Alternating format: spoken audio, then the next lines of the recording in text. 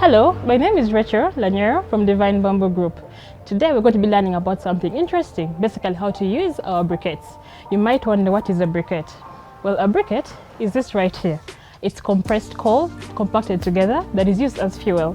Many of you know it as charcoal or amanda. So today we're going to basically go step by step on how to effectively use them when you're lighting them. So let's go and have a look at that. Mujebale, ndi wano okubayigiriza engeri gye bakozesaamu Divine Bamboo Briquettes. Era nga briquettes nyangu nnyo za kukozesa kubanga abantu abasinga bagamba nti nzibu naye ekyo si kituufu. Briquettes nyangu nnyo. Ekiri ku briquettes zino bwe tuba tuzikuma osobola okukozesa essigiri yonna yonna nga bwe mulaba wano. Kansubira essigiri gye nnina nammwe abasinga muzirina waka wammwe. So Divine Bamboo Briquettes tezetaaga sigiri ya njawulo wabula osobola okukozesa sigiri yonna gy'olina ewaka. Kati Divine Bamboo Briquettes zino nze nasalawo okuzikozesa kubanga kiyambako okuziyiza okwonoona obutonde bw'ensi. Kubanga bwe nali nga nkozesa amanda gano aga bulijjo nakirabanga emiti bagitema nnyo tusobole okufuna amanda andi ekitali kirungi. Njagala mbalage engeri gye tukumamu Divine Bamboo Briquettes era nga kino kyangu nnyo.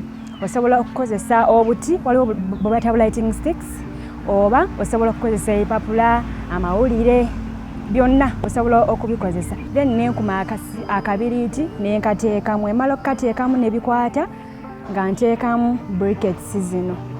Naye wemba nziteekamu mu busimba kubanga obuziteekamu nga zeebase biba tebisobola kukwata oba naye biba bikutte biba bivumbeera. Obanga oyagala okutabulamu oyongeremu togalinda kuggwerera nnyo kuba biba bijja kukutawaanya.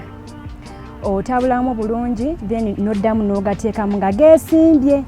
Divine Bamboo Briquettes zino okumanya mwattu za njawulo zyaka okumala essaawa 3 oba essaawa 4. Ekitali ku gali aga bulijjo nga nkyagakozesa katugeze mu kufumba ebijanjaalo nayongerangako emirundi nga 3 and mwegyo emirundi 3 nga tegituusa na ssaawa emu. Kyokka ate zino briquettes oteekako neemala essaawa zo 3 nga toyongeddeeko.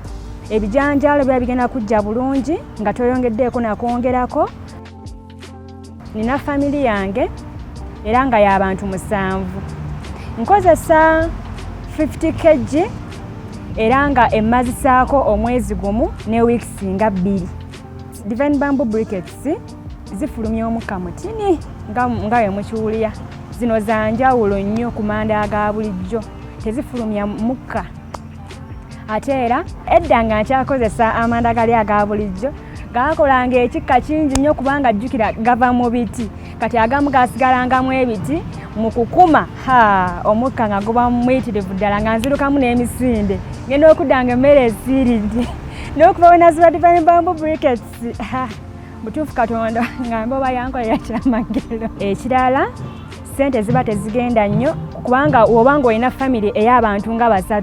50 kg musobola zikolesaako myezi 2. Ziri mu buli bbeeyi, waliwo kilo 2, batuna kilo 2, kilo 10 ne kilo 5. Newobanga oli omu ewaka osobola okugula ka 2 kg n'okakozesaako ebbanga lyeriwera. N'olwekyo mbakubiriza mukozese Divine Bamboo Briquettes. I hope the teacher's explanation has been much easier for all of you to learn how to properly use our briquettes. The benefits are they're eco-friendly, they have less smoke while burning, and then they actually have more heat when it comes to burning, and even the burning time is longer. I hope you could all switch to something eco-friendly like our briquettes. So try using Divine Bamboo Briquettes today.